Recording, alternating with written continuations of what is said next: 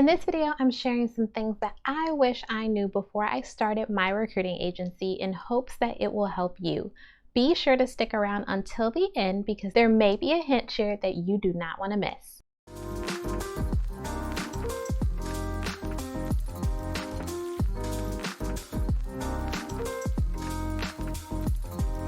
Hey, what's up YouTube? It's Natasha, the business recruiter. Welcome back to my channel. There are many things that I wish I knew before I started my recruiting agency. I can't even count how many things there are. The reason is you truly don't know what you don't know until you're in it. I worked in recruiting for many years on the corporate side before I even decided that I wanted to start my own agency. And because I had never had a business before, well, at least one that was actually successful, it was very humbling to go through the journey that has led me to where I am today. So one of the things that I wish I knew before I started was how much I was going to hear the word no. No from clients, no from candidates, no from family members and friends who I thought would be supportive and aligned with what I was doing. I mean, I had no's coming from pretty much every direction in my life. And what I came to find out was that the people in my life who I thought would be the most supportive actually turned out to be the least supportive of what I was doing. It truly taught me that I had to believe in myself and the vision that I had for my business. And I think part of me already knew this. I just had to go through the hard steps of relearning it. And don't get me wrong, I've been told no plenty of times in my life before I even thought about starting a recruiting agency. You would think with me being the only girl out of all of my siblings that I would have an advantage when it came to hearing the word no the least, but unfortunately that was not the case. So from a personal and professional standpoint, I know what it's like to be told the word no even before starting an agency. But can I tell you a secret? I honestly thought that I would not hear it that much. And maybe it's because I was overconfident or just naive, but regardless, it still put me in a position to learn a ton. Another thing that I wish I knew before I started was how expensive it can be to keep up with the Joneses when it comes to comparing yourself to other recruiting agencies that are out there and the various tools and software that they use. From a financial standpoint, ultimately, it's just dumb.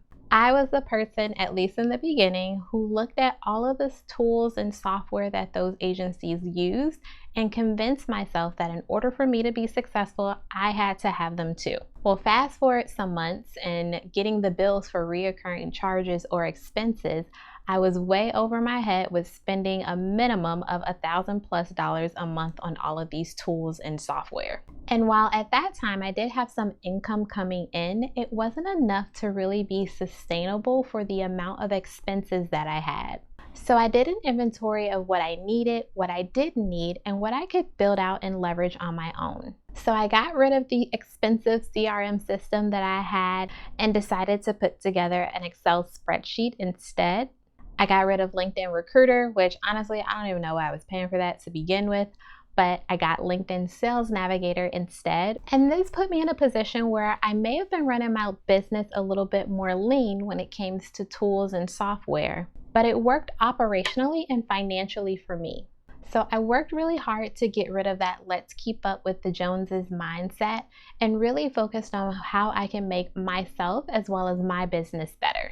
Now, if you are enjoying this video so far and you have not subscribed to my channel, then take a break, go down below, hit that subscribe button as well as that bell so that you can get notified of all of my new videos that drop weekly. Okay, so another thing that I wish I knew was how the slow season in recruiting can really affect your income. Now, I knew that there were slow seasons in recruiting because I had worked on the corporate side as mentioned, and we had them. It went in waves. But the kicker here is when I was on the corporate side, I was still getting paid a salary whether I made a placement or not. But those tables do turn once you have a business. During the slower seasons, you may not be filling as many recs as you were during peak season. And ultimately, you need to plan for this.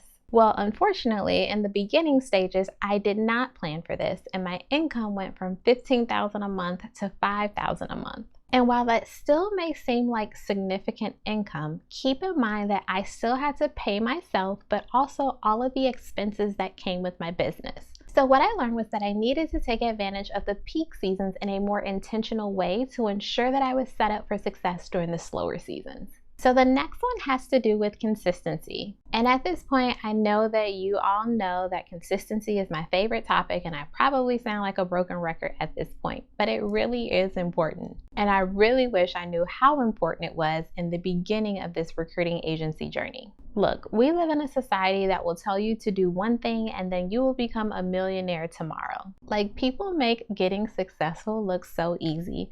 And I am not gonna lie to you, it is not easy. It takes a lot of hard work, and consistency is at the center of that. Consistency means showing up for your business even in those moments where you're tired, you wanna give up, you're hungry, or even just frustrated. The only reason I am where I am today is because of God, first and foremost, but also because I was consistent. And it took me time to get to the level of consistency that I'm at now, so I do want to let you know that it is going to be a process. But if I knew how important being consistent was back then I probably would have started a lot sooner, or at least took it more seriously. So the last thing I'm going to share is that I wish I would have gotten a mentor a lot sooner in my recruiting agency journey. I think for me, when I take time to really reflect about that, I think that it would have helped to propel me to success a lot faster. But it also would have given me a sounding board at an earlier point in the process as well. I think it's important to have someone who knows exactly what it is that you are trying to do and have them in your corner. Not only will they serve as a cheerleader, but they'll also serve as an accountability partner. And looking back, I think getting a coach really helped me to hold myself accountable to the things that I said that I was going to do, as well as taking my learning to a new level in regards to what it really meant to be successful in the recruiting agency specifically.